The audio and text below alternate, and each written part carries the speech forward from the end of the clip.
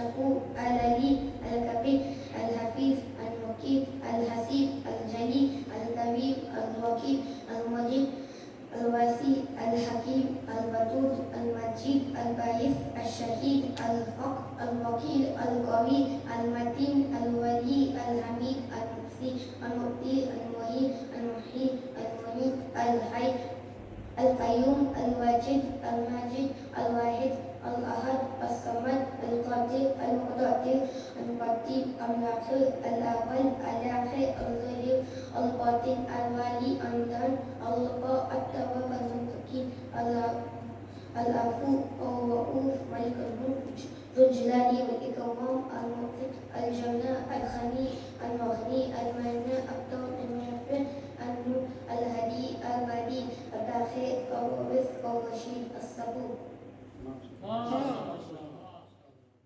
MashaAllah, MashaAllah. Well done to Tazneem for that beautiful presentation of the 99 names of Allah subhanahu wa ta'ala.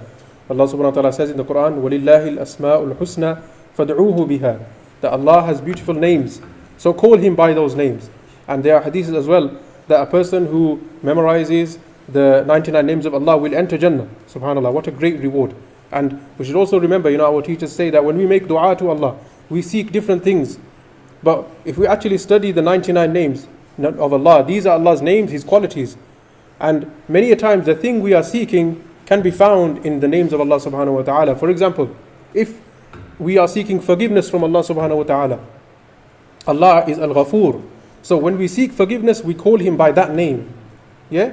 We call Him by Al-Ghafur and we seek forgiveness. Similarly, when we seek help and sustenance, for example, we want Allah subhanahu wa ta'ala to give us, make our livelihood easy. Call Him by His name, Ar-Razzaq. Allah subhanahu wa ta'ala is Ar-Razzaq, the one that sustains everyone. So this is why these 99 names are very important, that we should learn and we should look into its meanings and use them in our daily lives. MashaAllah.